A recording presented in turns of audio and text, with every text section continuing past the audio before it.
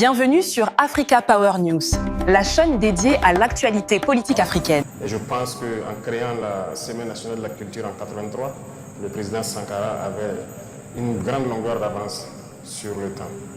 Aujourd'hui, nous sommes très heureux de donner une place prépondérante à la culture dans nos actions. Parce que vous l'aurez remarqué que lorsque certains cherchent à coloniser des peuples, la première des choses à faire, c'est de tout faire pour qu'ils abandonnent leur culture. Et donc aujourd'hui, nous sommes en train de redonner une place importante à la culture pour que notre peuple puisse vivre. Parce que pour nous, la culture, c'est tout ce qui fait de nous des boutons. D'abord, il s'agissait de réorganiser carrément le secteur du tourisme et de la culture. Le ministère a assez bien bossé pendant tout ce temps. Nous avons pu adopter tous les textes pour réorganiser.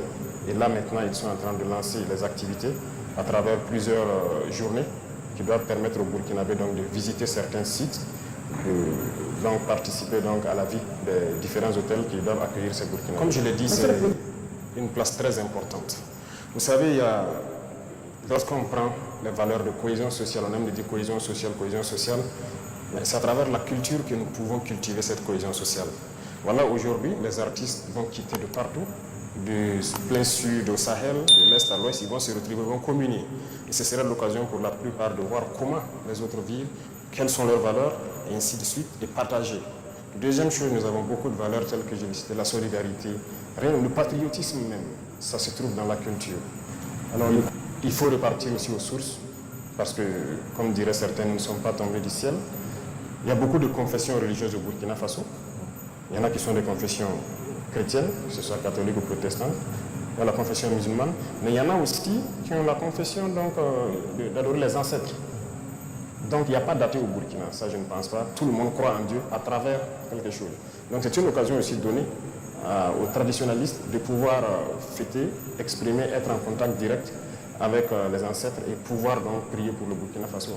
Donc il y a beaucoup d'objectifs derrière qu'on ne peut pas finir de citer ici en tout cas, mais nous pensons que c'est une très bonne chose qui doit permettre aux Burkinabés aussi de connaître leur tradition, de connaître leur culture et de cultiver les bonnes valeurs. Parce que je pense que toutes les autres confessions ont des journées dédiées. Et chez les catholiques, il y a plusieurs fêtes fériées, chez les musulmans, il y a plusieurs fêtes fériées. Donc c'était aussi une date aussi pour qu'on puisse trouver, pour que les gens puissent communier et avoir une date pour fêter aussi. Donc ça fait partie des objectifs. Il s'agit pour nous de donner un espace, prendre une journée, marquer une halte, que les Burkinabés puissent repartir vers les fondamentaux, prier les ancêtres, prier Dieu à travers les ancêtres, pour que ensemble nous puissions donc avoir cette harmonie que nous cherchons là. C'est ça le plus important, parce que la division, les distensions, à travers ces journées, je pense qu'on peut mieux se rapprocher. Voilà, donc c'est l'objectif recherché pour que les gens puissent vraiment communier. C'est très important. C'est très important. Vous voyez, il y a certaines sociétés qui sont développées en se basant sur leur culture. Parce qu'il y a beaucoup de richesses dans nos cultures. Regardez la Chine, le Japon, ce sont des exemples. C'est en se basant sur leur culture qu'ils arrivent à le faire. Le patrimoine, beaucoup de gens ne savent même pas quel est notre patrimoine. Personnellement, j'ai découvert beaucoup de choses avec le ministre, en conseil des ministres, lorsque nous préparions ces journées-là. Donc j'ai découvert beaucoup de choses que je ne savais pas. Et c'est toujours bien de découvrir qu'est-ce que nous avions. Nous ne sommes pas venus du néant. Lorsqu'on prend seulement, moi je me souviens, quand je visitais les forges, avant on avait, peut-être ça existe toujours dans certaines contrées, où à travers la culture, les gens peuvent aller extraire un minerai ferraillite, venir extraire le fer, faire de l'acier pour fabriquer tous les outils d'agriculture et tout. Mais c'est le développement donc de la sidérurgie comme ça. Est-ce que nous nous sommes basés sur les connaissances de nos ancêtres là sur ce volet et développer notre industrie sidérurgique? Je ne pense pas. La métallurgie. Est-ce qu'il faut aller forcément apprendre chez les autres? Mais nous avons déjà un fondement aussi. Et ça, ce n'est qu'un exemple parmi tant d'autres. On peut puiser beaucoup de choses dans notre culture que nos ancêtres faisaient déjà et développer notre société. On va parler maintenant de sécurité, principale préoccupation des Burkinabés et priorité numéro 1 de votre gouvernement. Sous votre leadership, l'armée a acquis et continue d'acquérir des équipements et du matériel de guerre de pointe. Peut-on dire que nos forces combattantes sont maintenant équipées pour anéantir l'ennemi? Oui, l'équipement, nous allons continuer à nous équiper. Comme je vous le disais, on n'est même pas à 15% de ce que nous souhaitons. Et ça va se continuer parce que sachons d'où nous venons, on vient de très loin. Et donc il faut préparer de sorte que les générations à venir ne connaissent pas ces situations. J'ai eu à le dire le 17 février, si je ne me trompe, en salle. Les gens ont peut-être maintenant compris comment est-ce que l'impérialisme a préparé nos armées pour pouvoir maintenant envoyer le terrorisme et voilà, déstructurer nos États et mieux nous exploiter. Je vous prends un exemple. J'ai parlé en 2020 de comment c'était. Si vous cherchez des militaires qui étaient en opération en 2019, à côté, dans la zone de Pensa, Kelbo, Tauremba et autres, imaginez pendant ce temps, on déployait des militaires 300 à 350 avec une centaine de Kalachnikov, peut-être une dizaine, une vingtaine de gilets. Ils sont là, beaucoup sont vivants, vous verrez. Donc défaut d'équipement. Et lorsque ils sont attaqués, les 200 et quelques, qu'est-ce qu'ils font? Ils sont obligés de courir.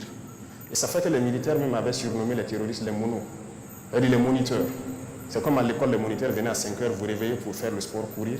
Donc quand ils venaient attaquer à 5 heures, c'était la course.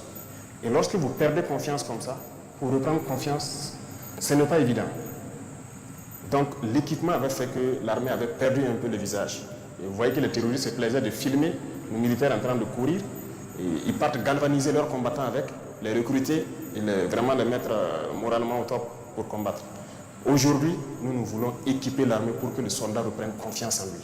Lorsqu'il sort, il doit avoir confiance. Déjà, avec le minimum que nous avons, mais vous voyez l'exploit qu'ils font. Ils n'ont pas peur d'aller vers l'ennemi, ça veut dire que les soldats n'ont pas peur. Donc nous allons continuer de fournir des efforts pour mieux nous équiper et faire face. Vous avez remarqué que nous nous trompions énormément. Ce que nous constatons, ce n'est pas ce qu'on imaginait. Ils sont nombreux et aujourd'hui, il faut le reconnaître, il y a beaucoup qui viennent de l'étranger pour combattre au Burkina. Dans les rangs des terroristes, donc des mercenaires qu'on prend à venir, il faut qu'on recrute conséquemment pour mailler notre territoire aussi. La première phase, c'était la mise en place de ces unités organiques et combattantes là, voilà, les bataillons d'intervention rapide, pour répondre et contenir la menace. Parce que lorsque nous avons fait l'évaluation, il fallait ce genre de force-là pour contenir la menace.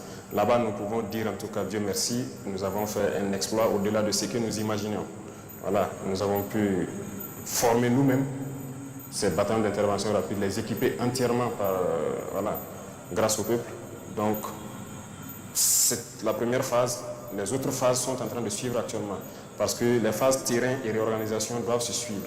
Donc, les forces seront bientôt relocalisées pour répondre donc, à la situation présente. Donc la réorganisation va se poursuivre, d'autres types d'unités vont se créer et dans le cadre de l'AES aussi, il y a des forces qui vont être mises en place pour répondre à ces besoins. Oui, des réformes, on peut le dire, c'est dans le sens de la réorganisation parce que, comme je l'ai dit là-bas, le terrorisme sera vaincu. Voilà, ces criminels qui se baladent à moto là, ils seront vaincus. Mais il faut se préparer à d'autres types de guerres. Il y a la menace partout, que ce soit autour ou bien la menace qui peut venir de loin. Donc, dans ce cadre-là, c'est une guerre conventionnelle qui peut durer. Donc, il faut se préparer à une guerre de haute intensité. Il faut pouvoir combattre dans le temps et tenir sur le terrain pendant très longtemps. C'est un autre mode de combat. Donc, il faut se préparer à ça et les forces, les différents corps vont avoir un programme d'entraînement et commencer ces entraînements-là. N'oubliez pas de vous abonner, d'aimer la vidéo et d'activer la cloche de notification pour ne rien manquer.